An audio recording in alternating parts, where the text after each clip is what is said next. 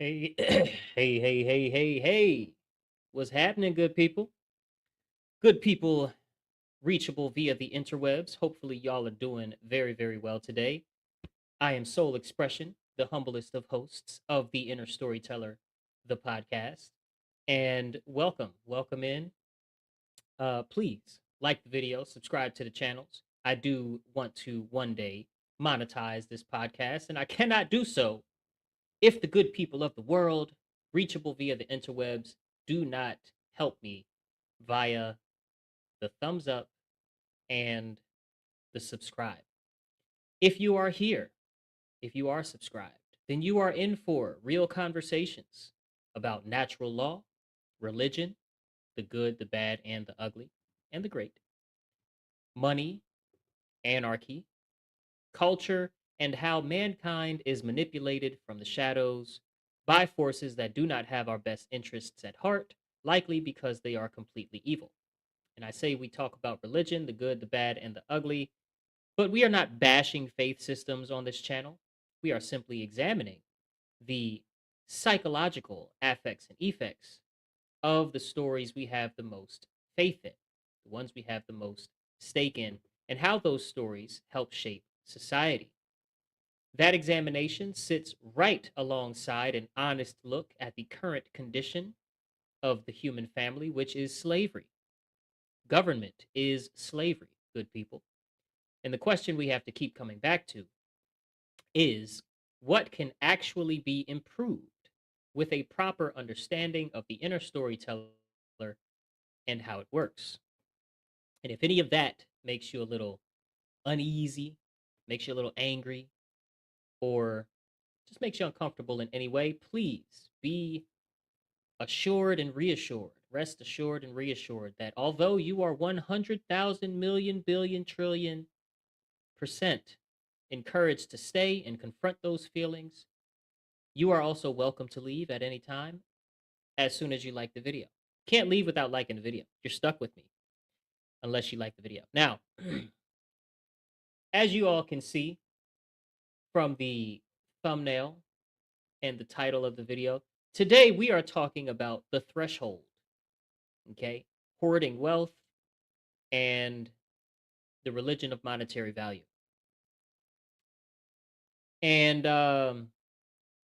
we're not going to spend a lot of time speculating on how billionaires make their billions, what exactly happens behind the scenes when someone who is, 100 millionaire via retail and business investments and stock options and whatnot suddenly starts just climbing until they get to the billions and then tens of billions and hundreds of billions and in Elon Musk's situation, trillions of dollars, right? It's insane to me that Elon Musk is now technically on paper worth like 1.7 trillion dollars, but which means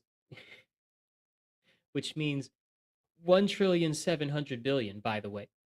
And 1 billion is unimaginable to someone who's not a 100 millionaire, right? It's not a reality that we can conceptualize as people who make 50, $60,000 a year. We can't even imagine. We can imagine experiences, but we cannot imagine making $1 billion a year every year.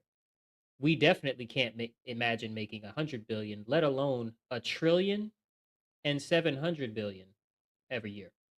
Regardless, we are not going to speculate how these people get to their spots. We're not going to go too much into, deep state activities and whatnot. We are simply going to talk about the threshold, okay? Because there is a point, at least in the, current and long-standing banking system, where you don't have to work, you don't have to create, you don't have to risk, and you don't have to do anything but have a certain amount of money in the bank, in the banking system.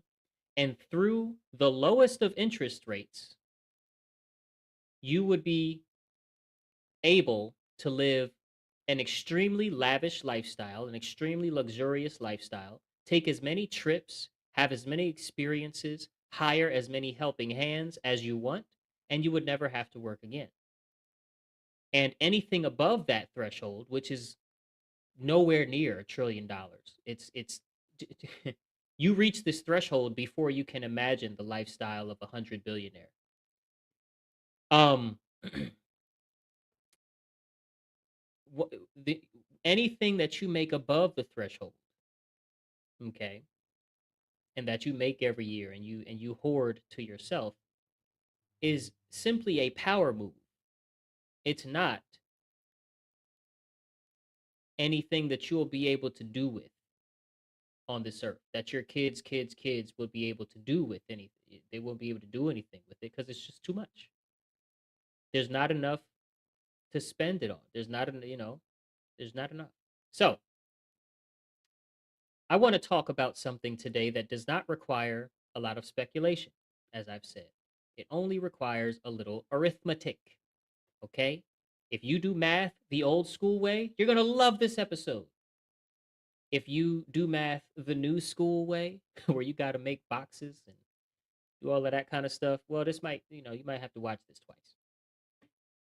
Before we get into anything philosophical, anything esoteric, or talk about the collective inner storyteller or anything like that, I want to show you guys a number, a simple number, a small number to some, not to most of us, a pretty big number to most of us.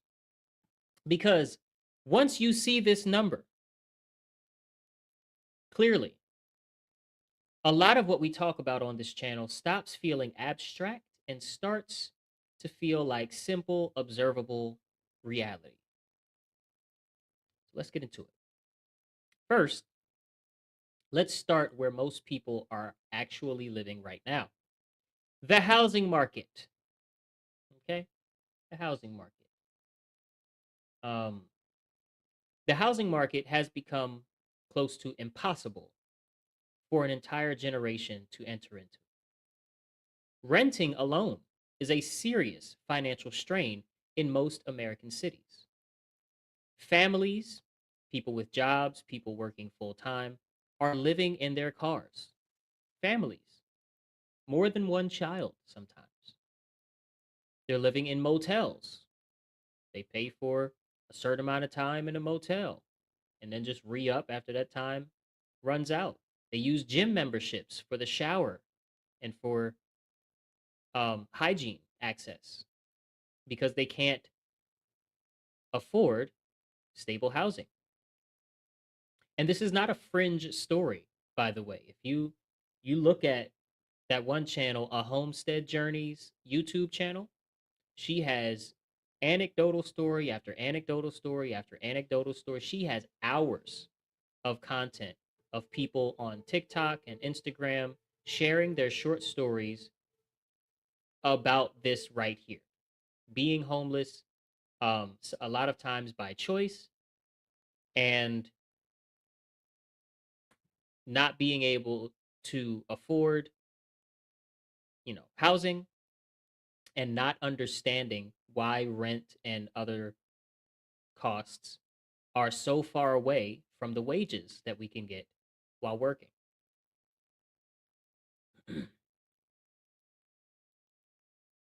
Now, this is being reported across the country, right? Finding a living wage in your actual field, the thing that you trained for, what you are interested in, the thing that you may have a degree or some sort of certification in, is becoming its own impossible task more and more. People are now choosing between accepting what amounts to wage slavery, not even amounts to, what is wage slavery, or just staying unemployed while they search for something that pays enough to survive on, if they have time to do real searching. And even when people try to improve their own situation, right? They go back to school, they get some sort of additional training, and they take on debt to do so, taking on debt to increase their earning potential. The math does not work for them, right? The the debt that they accrue does not balance with the increase in pay that they may be afforded, that they may be able to find. The increase in pay doesn't outweigh the cost of the investment in the training, plus the years of interest on the debt that funded it. And on top of that, we are taxed, right? Big Sis says this is not a coincidence. She is 100% right. We are taxed in a way that makes saving close to impossible for the average worker, right? And inflation makes it even worse. And here's the thing: inflation is a reason, is is a legitimate piece of the puzzle that we do need to be raising hell about. But inflation is not the deepest reason. The deeper reason is why I say I want to show you a number. Okay? This number is the threshold. That's why the title is the threshold of this video. And here's the number. Very simple. If you make, no, excuse me, if you have, okay, if you possess $100 million sitting in the banking system, in your accounts, or in an account, some sort of low risk, interest bearing holding, okay, then treasury yields, dividend equities, simple deposits, stuff like that, right? You have $100 million sitting in an account at a conservative 3 to 5% return. The money that you get that they call interest for allowing the bank to loan your money out to other people. At a conservative 3 to 5% return, you earn somewhere between $3 and $5 million a year doing nothing. No labor, no risk, no creation. You don't have to create anything. No contribution to society. Just having the money existing and being, allowing the bank to loan it out, it compounds. $3 to $5 million a year is yours just because you have $100 million sitting in the account. Now, obviously, I'm not talking to you out there to say if you have $100 million because that's unreachable for most Americans. What I'm saying is, well, let me not jump ahead of myself. Stay with me. Okay. If you have 100 million, you earn $3 to $5 million a year. At 300 million, the same conservative yield, the same small time interest rate produces $9 to $15 million a year. Okay, $300 million sitting in the bank produces for you $9 to $15 million a year compounding. And you could spend $9 to $15,000 every year if you so choose and not lose 1 cent of what you have control of in your account. Keep those numbers in mind.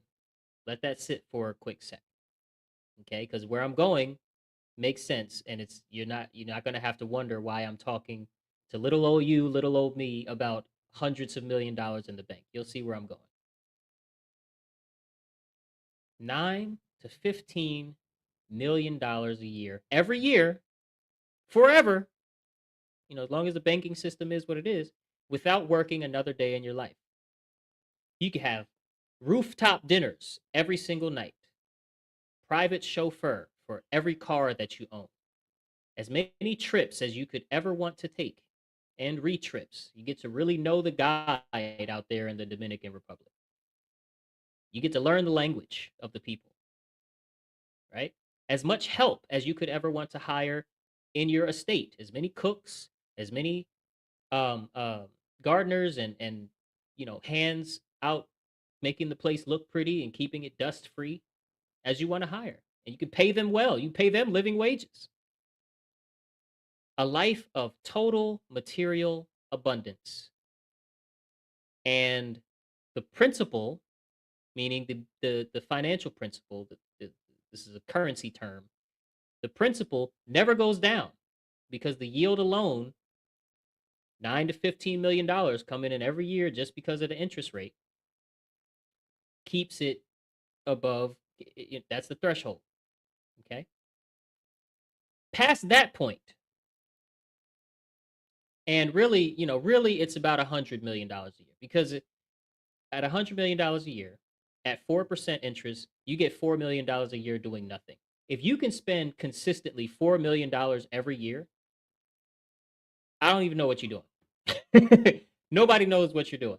But regardless, I put it at the 300 million mark because there's definitely nobody out there that I know that's spending $15 million a year without doing so on purpose.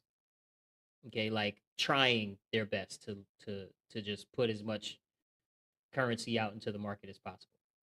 So past that point of $300 million sitting in the bank, hoarding additional wealth has really no defensible purpose related to personal need, comfort, security, or even generational legacy. There's nothing that your kids can do with $1 trillion. I'm getting there. Every dollar accumulated past that threshold is no longer about survival. It's no longer about abundance. It's no longer about safety. What it's about is power, control, the ability to shape markets, to buy elections, to write the narratives for school children, school aged children, and shift or mold entire industries simply by the force of your own capital. That is what anything over that threshold provides someone.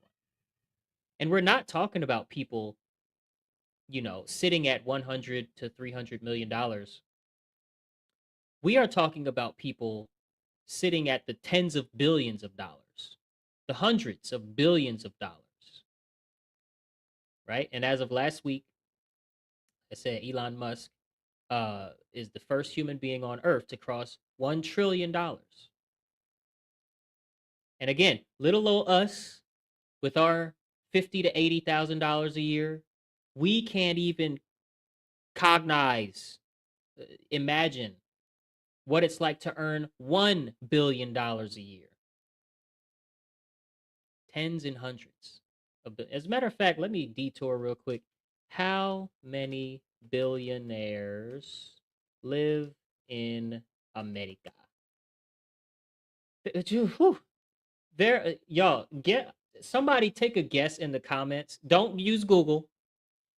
Tell me how many billionaires are in the United States? How many do you think? Somebody put it in the comments. I got 2 live viewers here. Just take a guess, a gander, a random gander. Don't cheat, please. And I have the right answer up, so I'll know if you cheated. And if you just know, then you just know. How many billionaires do you think are in the United States of America? Live here. That's the question that I asked. We definitely have more billionaires than anyone else in the world. I'll tell you that much for free. What do you think? I'll give it about. Okay. Okay. Yeah. So we got, I really don't know. That's fair. And we got 25. 989 billionaires. 989 billionaires live in America. Keep that number in mind too. So Elon is now a trillionaire, right? $1 trillion at even a conservative yield produces tens of billions of dollars a year in pure passive return. Okay? That's not wealth, people. That is a different category of existence. That's a different dimension, a different plane of existence. right? Available to a number of people that you can count without running out of five fingers. Okay? Control enough wealth to end almost all major problems that are, 99% financially caused. And it all comes down to the religion of monetary value, the mother of all religions in the world of man, the religion of monetary value.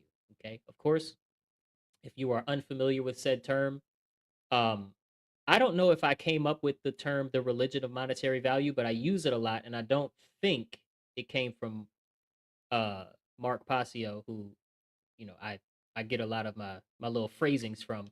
But the religion of monetary values simply means that monetary value only exists by way of belief system and obedience, right? Because even if you don't believe that it exists, if you're obedient to it, then you're participating or subscribing in some way to the religion. As am I. We can't help it. All right. But that's what it comes down to. And this channel, my channel, does not subscribe to the religion of monetary value. We know here that there's no such thing as what's called monetary value. There's such thing as value, okay? And we've invented something called money, but there's no real such thing as monetary value. It's a made up, arbitrary, and ever changing. Look at the graphs. Um, Measurement tool that is a religion. So it works the same way a religion does, with its clergy and its origin story and its influence on the public's minds, right? And we've talked about this many times. Money is a story, it's a symbol. Symbols carry stories. Energy is the real currency. Labor, thoughts, intellectual property, ideas and whatnot, and labor, okay, and then like inventions and whatnot, possessions, is the real currency. The number in the account is a representation of accumulated human labor, human attention to your ideas or to ideas in general, and compliance.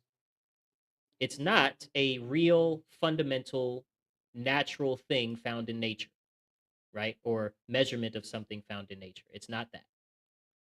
But we have to acknowledge and we have to speak honestly within the paradigm of the religion of monetary value because the majority of the world is currently living inside that paradigm. Within that paradigm, where it's where monetary value is treated as measurable, real, and determinative of life's outcomes, there exists this threshold that most people have never been really shown.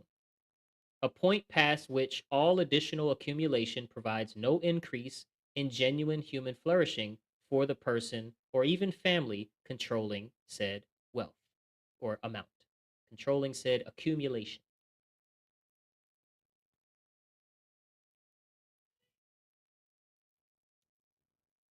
The math is not complicated, good people.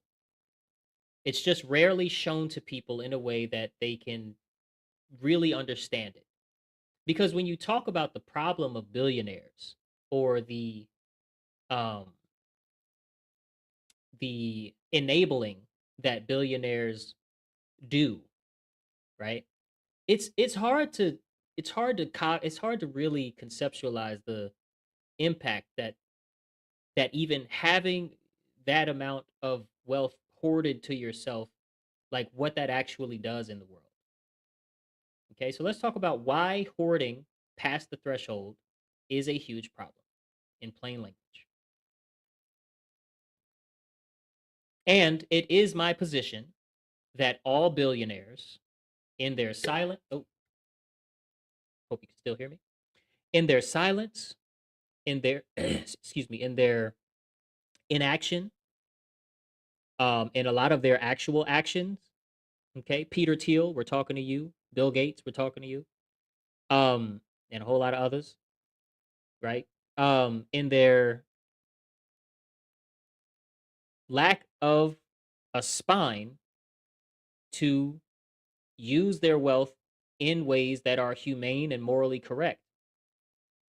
All billionaires, bar none, are bad people. Okay, that's my position, and I'm sticking to it, because right now it's still legal to have a position. So people with billions of dollars are not a problem because they are wealthy. They are a problem because of what billions of dollars past that threshold actually represents: silence, inaction, enablement, and in many cases, fake philanthropy, right? Philanthropy that functions more as a tax strategy than anything else, right? It's a way that your reputation can be managed. It's not some sort of philanthropy that results in a redistribution of wealth. Redistribution is of course like a communist Marxist term, but I just mean in general, right?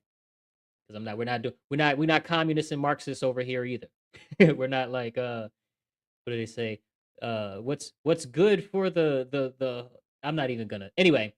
Let's get back into my script before I get too far off here. Silence is what the billionaires do, and it's what they do best.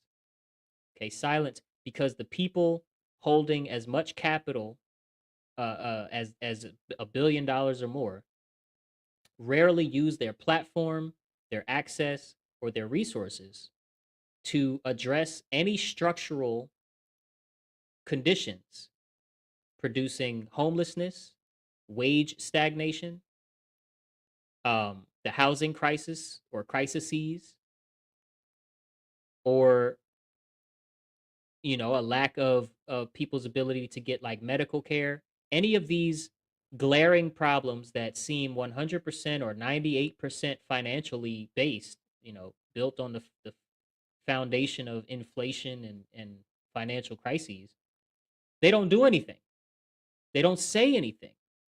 They don't propose anything, despite having more of a capacity to meaningfully affect those conditions than any government program currently in place. And let's not forget, the government itself is a trillionaire. Okay, the government is an entity, it is a business, it's a corporation, and it's a trillionaire. It's a trillionaire in a much different capacity because it's a so-called public entity and it has obligations and things that make it so it's not really quote unquote controlling that much on paper, but it is in function. Okay, in action, because hoarding wealth, which means hoarding access to resources, past the threshold while people sleep in their cars a few miles from your properties is a choice. And it's a choice being made every single day, not a circumstance being endured until some better circumstance comes along, right? Enablement, because capital at this scale actively funds and sustains the systems that we've spent months examining on this channel that are directly responsible for the enslavement of the general population. And I say general population like it's prison because that's what we're in. We're in an open air prison. The lobbying structures, the media consolidation, the political donation that results in political domination, right? They keep wealth concentration mechanisms running smoothly for the ultra wealthy. And again, I call it fake philanthropy because the tax advantage, the tax advantage donation to a foundation that the donor's own family continues to control, continues to draw a salary from, and continues to use for influence is not generosity, right? You're just gaining more access. Fake philanthropy is wealth management with slightly better PR.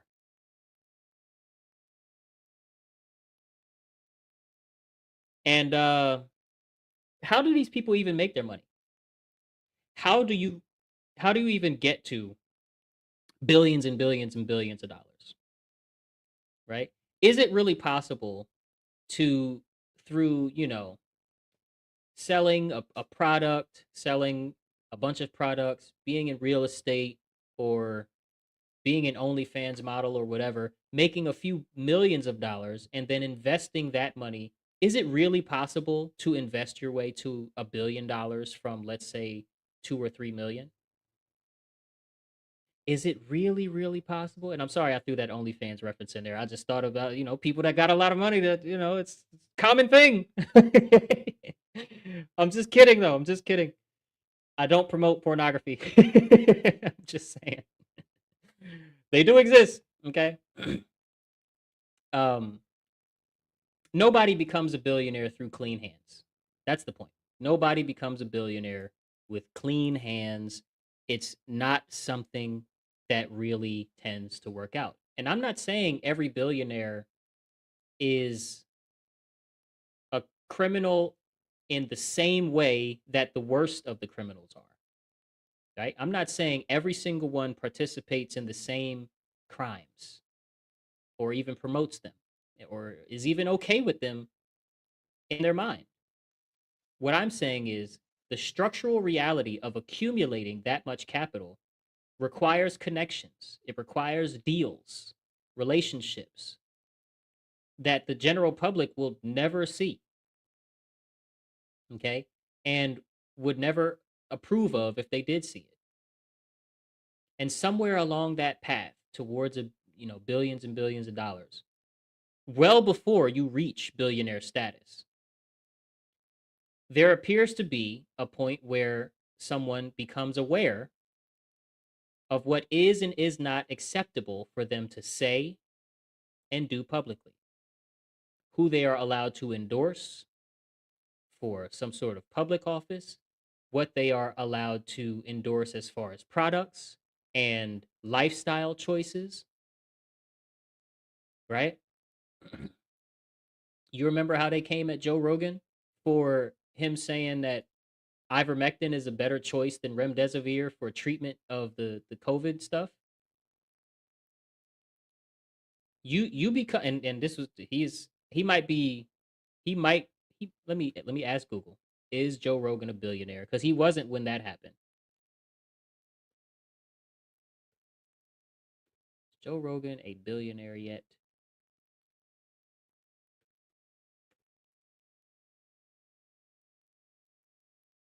No, nowhere near. 200 million is his public net worth. So somewhere along the line, somewhere in the trajectory of getting to your billions, you will become aware of what is acceptable and unacceptable to do and say publicly. This is not something that I can hand you a document for. Okay, there's no real paper trail for this, but this is an informed opinion recognized based on a consistent and wide ranging set of testimonies from people who reached extraordinary wealth and influence and then spoke about what they experienced when they got there. Michael Jackson talked extensively about it, although he often did so on tour when he could have a microphone and say what he wanted to the people.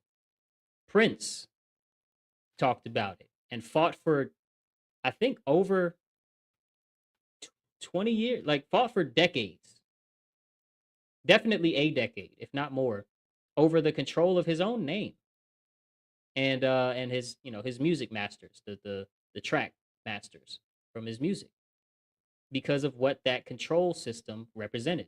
Jim Carrey has spoken about what he's witnessed at the highest levels of fame and money. Kanye West, right? Kanye West repeatedly and publicly at real cost to his career and his, he's a billionaire, or at least he was. I'm sure he's still somewhat close to it. But his reputation and career, they tried to throw those things down the drain from him exposing things like handlers and whatnot. Right? Common Sense, the rapper. He's touched on it in his music. The pattern shows up across genres, races, um, decades, like, time eras, and people with no obvious reason to coordinate a shared story. Nothing to gain by exposing this snake in the grass. Yet they share the same story. And when that many independent voices with no clear incentive to lie and significant incentives to stay quiet describe the same mechanism, okay, where they say there's a ceiling of awareness installed into the system of America, the system of making a lot of money regardless of where you are, well before you reach the top, where they inform you of what's permitted and what will happen to you if you go outside of these boundaries, that pattern deserves to be taken seriously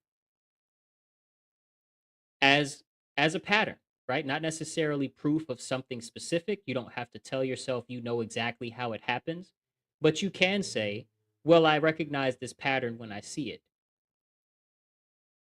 right? And use that as fuel to awaken your mind out of the religion of monetary value altogether, which again is the mother of all religions in the human family, the father of which being the religion of man's authority.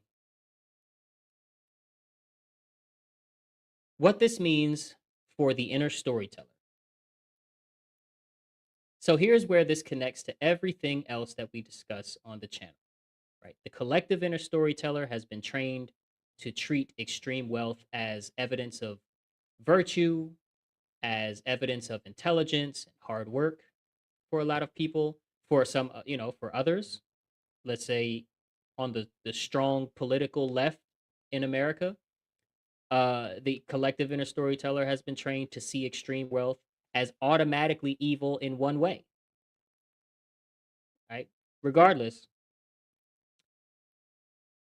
we are also trained to see extreme poverty as evidence of laziness, poor choices, some sort of moral failure or family dynamic that doesn't support making money.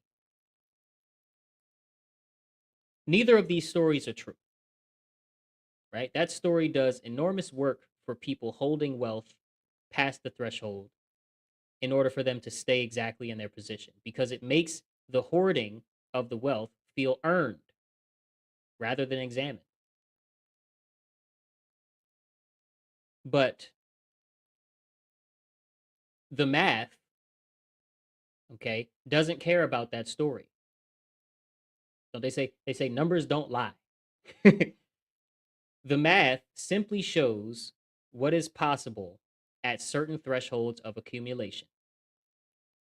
And what continued accumulation past those thresholds actually represents is power and only power. Once you see the number, once you know that $300 million dollars in the bank produces more passive annual income than most people will ever earn through their whole lifetime. Okay, and you get it every year just from having that much in the bank. The story of earned virtue becomes much harder to believe, impossible to sustain without examination and scrutiny. And you won't find one living example of a billionaire without a shady past, shady deals, and silence in regard to what affects us negatively. And this isn't an argument for envy. This isn't an argument for, to say that having wealth is evil, full stop. Not saying that. It's an argument that the inner storyteller of an entire civilization has been trained to not ask the most basic questions, like what is this money actually for? And do you intend to carry out that purpose? Right? What is this money for past the point where it can be provided, past the point where it could provide anything that you would ever need or want? you know, if you have more than you could ever use, than a whole family could ever use, what is it actually for if you're hoarding it? We don't ask that question because we've been trained not to. And that's the point of today's episode, of the threshold episode. That question does not require speculation. It requires a little bit of math and a willingness to examine these questions, and maybe a willingness to ask them out loud.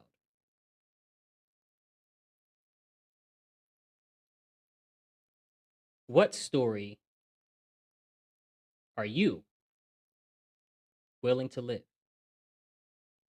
Let me know in the comments.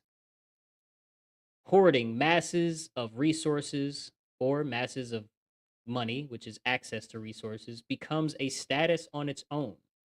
That's an unspoken truth. Absolute and toot and lootly. Let me know in the comments what story you are willing to live, good people, and what your favorite part of this video is. And let me know that you liked the video, and you know, let me know everything. Let me know that you subscribe to the channel. Let me know that you're sharing everything and you're being a super good audience member. And I will see you guys tomorrow as I interview or just have a conversation with Miss Red. Very, very excited. So tune into that. And without further ado, peace and love to you and yours.